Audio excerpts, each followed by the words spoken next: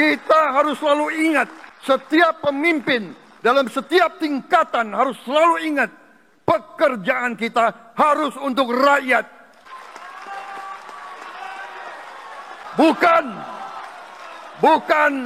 Bukan kita bekerja untuk diri kita sendiri. Bukan kita bekerja untuk kerabat kita. Bukan kita bekerja untuk pemimpin-pemimpin kita. Pemimpin yang harus bekerja untuk rakyat. Posisi Presiden Prabowo Subianto masih menyisihkan teka-teki dalam meruncingnya hubungan mantan Presiden ke-6 Jokowi dan Megawati Soekarno Putri, Ketua Umum PDIP. Hubungan Mega Jokowi terus menjadi sorotan. Keduanya sulit harmonis kembali. Meskipun ada yang bilang tak ada kawan lawan dalam politik. Sayangnya itu tak berlaku bagi Megawati. Keluarga Jokowi telah menanam luka dalam diri Megawati dan tubuh PDIP, rumah awal Jokowi berlangkah dalam politik. Selama PDIP dipimpin Megawati, Jokowi dan keluarganya sulit untuk diterima. Barangkali jika pengganti Megawati adalah Puan Maharani yang kelihatan sedikit luwes dalam politik, keluarga Jokowi bisa kembali diterima. Prabowo sebenarnya santer dikabarkan ingin bertemu Mega, namun selalu batal. Banyak yang bilang faktor Jokowi yang membuat Prabowo sulit ketemu Megawati. Masa iya figur kuat mantan jenderal seperti Prabowo takut dengan Jokowi? Ataupun mungkin barangkali Prabowo terbawa perasaan karena tidak enakan dengan Jokowi. Bagaimanapun Jokowi adalah figur sentral yang menghantarnya menang pada pemilu 2024 ditemani putra Jokowi yakni Gibran Rakabuming Raka. Tanpa Jokowi, saya hakul yakin Prabowo sulit menang melawan Ganjar Mahfud yang didukung PDIP, P3 dan Perindro ataupun melawan Anies Muhaimin yang didukung Nasdem dan PKB. Jokowi begitu sentral dalam kemenangan Prabowo. Berbagai cara dia lakukan untuk memenangkan pertarungan, termasuk isu bagi-bagi bantuan sosial.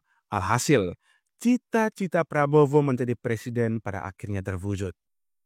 Ya, kuatnya figur Jokowi menghantar Prabowo menjadi presiden membuat Pak Prabowo agak rapuh berhadapan dengan Jokowi. Hanya kita belum paham bagaimana ke depannya. Namun, dalam 100 hari kerja ini, Prabowo sulit mengelak dari Jokowi. Prabowo kelihatan masih takut dengan Jokowi. Jokowi sendiri sudah memasang perangkap sejak lama. Dia bisa saja mempengaruhi orang-orang dalam Gerindra sendiri. Kami mendengar informasi bahwa di kubu Gerindra sendiri, kekuatan Sufmi Dasko, Wakil Ketua DPR dari Gerindra, sudah lama bersekutu dengan Jokowi. Bahkan orang-orang Prabowo, termasuk keluarganya, dibatasi berhubungan dengan kekuasaan dalam Gerindra. Hubungan Dasko dan Jokowi memang akrab. Gibran dan Kaisang juga sangat dekat dengan Dasko. Prabowo kelihatannya sudah memantau ini jauh-jauh hari. Ini tentu berbahaya bagi Pak Prabowo. Jika internal terbelah dan tak satu, soliditas Gerindra melawan kekuatan dari luar pasti sangat ringkih. Dalam politik Indonesia sekarang berlaku hukum rimba. Siapa yang kuat, dia akan menjadi pemenang. Maka dugaan strategi Jokowi menghancurkan Prabowo dari dalam perlu dimitigasi. Padahal banyak yang meramal sebelumnya, setelah Prabowo dilantik, Jokowi tak punya kekuatan lagi dalam pemerintahan. Namun buktinya orang-orang Jokowi dalam kabinet justru banyak menumpuk. Penumpukan itu bisa saja membuat posisi Prabowo dalam mengambil keputusan sangat sulit. Prabowo boleh saja menjadi presiden, namun orang-orang Jokowi di dalam kabinet dan kepolisian masih sangat banyak. Ada Marwarar Sirait, Budiman Sujatmiko, Budi Ari, Mendagri Tito Karnavian, Pratikno, Erick Thohir sampai Kapolri Listio Sigit Prabowo. Lalu ada Bahlil Lahadalia, Menteri ESDM dan lain-lain. Belum lagi Jokowi memiliki hubungan dekat dengan banyak partai di koalisi Prabowo, termasuk PAN dan Golkar. Maka separuh pemerintahan Prabowo adalah orang-orang Jokowi. Jika demikian soalnya, manuver mereka sampai ke akar-akarnya. Banyak yang bilang ada dua matahari kembar dalam kabinet. Gibran memang kelihatan tak terlalu kuat, namun Jokowi kelihatan masih sangat perkasa. Dia menitipkan orang-orangnya menguasai roda pemerintahan Prabowo. Ini tak normal dan berbahaya bagi Pak Prabowo. Dia tidak bisa merealisasikan cita-cita dan ambisi politiknya untuk Indonesia. Jika demikian soalnya, orang kemudian bertanya, apakah Prabowo ingin 2 periode? Jika ingin 2 periode, lawan dia sesungguhnya adalah orang-orang dalam kabinet, yakni Gibran yang merupakan representasi dari Jokowi. Jika syahwat politik Jokowi tak kuat, boleh saja Prabowo Gibran maju lagi tahun 2029 nanti. Namun, melihat syahwat politik dan simbol-simbol yang dimainkan Jokowi sekarang, saya tidak yakin Jokowi tidak memiliki ambisi politik mengusung anaknya pada tahun 2029 nanti.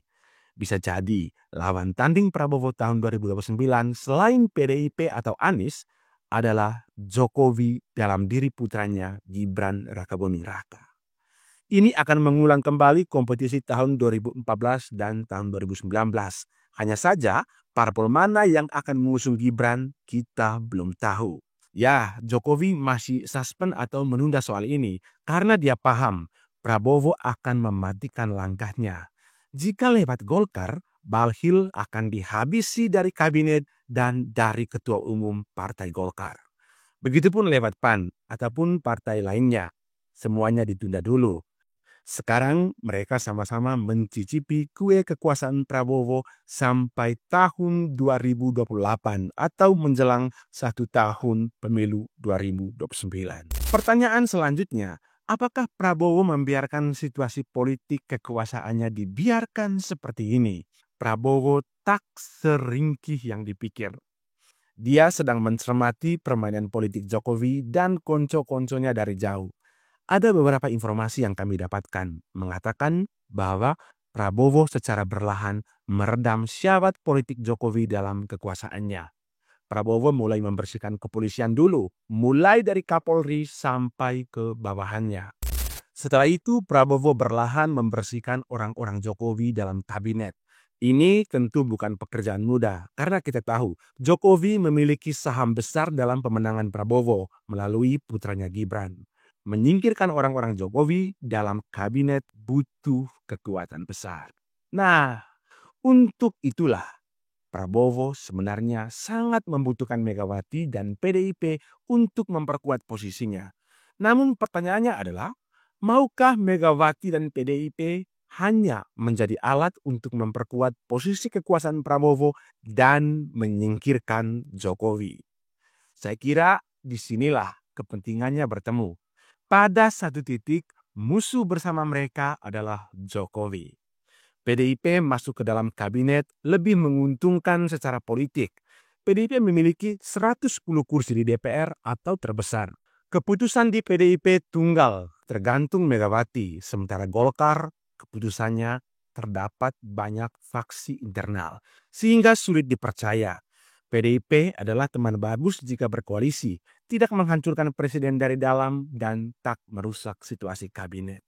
Dengan demikian, jika Prabowo Mega bertemu, boleh jadi retaklah hubungan Prabowo-Jokowi. Lembaran politik baru kemudian dibuka. Prabowo memperkuat koalisi dengan PDIP. Pertanyaannya adalah, apakah Jokowi akan tinggal diam dalam posisi seperti ini? Ataukah dia akan terus mencari jalan untuk terus survival dalam pemerintahan Prabowo?